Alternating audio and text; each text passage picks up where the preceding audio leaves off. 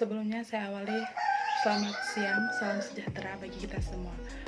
Sebelumnya perkenalkan, nama saya Nengah Haryanti, saya dengan MPN 18140018. Di sini saya dari kelompok 7. Di sini saya akan mempresentasikan hasil makalah yang telah kelompok kami buat, yaitu dengan judul Gerakan Sosial Menentang Kapitalisme dan Ideologi Barat di Negara-negara Asia, Afrika, dan Amerika Latin.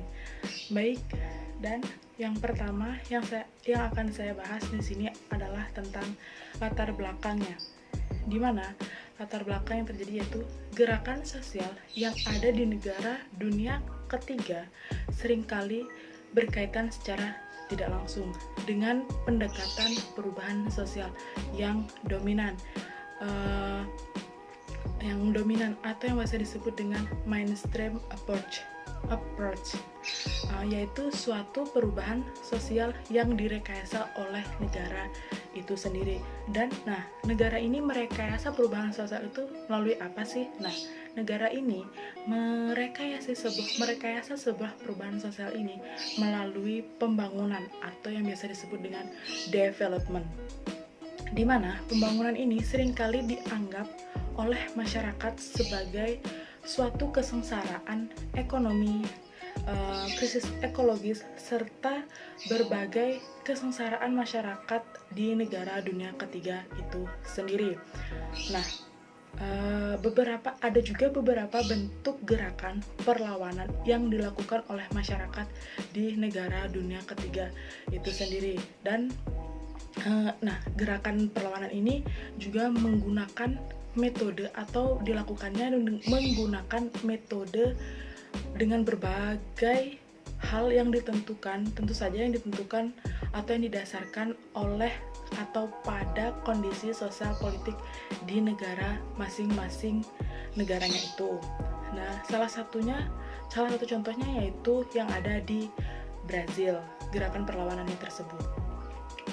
Baik, itu saja materi yang dapat saya sampaikan, dan materi selanjutnya akan dilanjutkan oleh teman saya. Dan saya akhiri dengan selamat siang. Saya ucapkan terima kasih. Sebelumnya saya ucapkan selamat siang. Perkenalkan, nama saya Kristina Dwi Setiawati dengan NPM 18140014.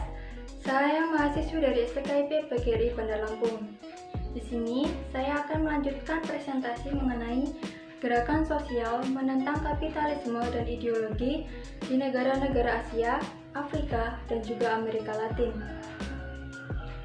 Pergerakan sosial adalah suatu bentuk perlawanan terhadap kaum penjajah, tetapi tidak menggunakan kekuatan bersenjata, melainkan menggunakan organisasi-organisasi yang bergerak di bidang sosial, budaya, ekonomi, dan juga politik.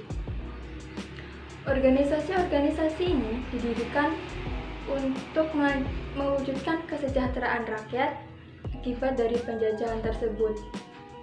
Dan juga organisasi ini bertujuan untuk mewujudkan kemerdekaan.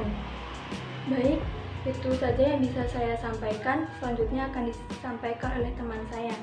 Oke, di sini saya akan membahas yang slide ketiga dan keempat, yaitu gerakan sosial menentang kapitalisme dan ideologi barat di negara-negara Asia, Afrika, dan Amerika.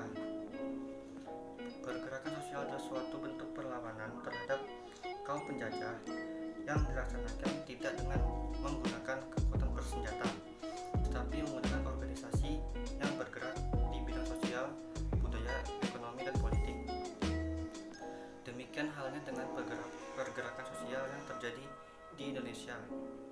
Pada awalnya, berdirinya organisasi ini tidak ditujukan untuk perlawanan terhadap kaum penjajah, tetapi organisasi ini tersebut pada dasarnya didirikan dalam upaya meningkatkan kesejahteraan rakyat yang mengalami penderitaan akibat penjajahan, namun pada akhirnya bertujuan dan untuk mewujudkan kemerdekaannya.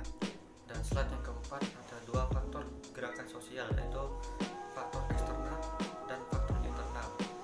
Yang pertama ada eksternal, yaitu munculnya kesadaran tentang pentingnya semangat kebangsaan, semangat nasional,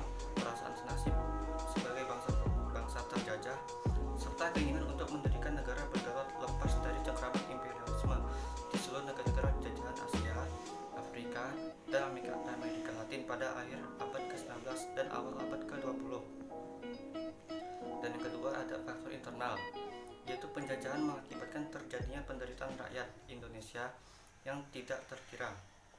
Sistem penjajahan Belanda yang eksploitatif terhadap sumber daya alam manusia Indonesia serta sewenang-wenang terhadap warga pribumi telah menyadarkan penduduk Indonesia tentang adanya sistem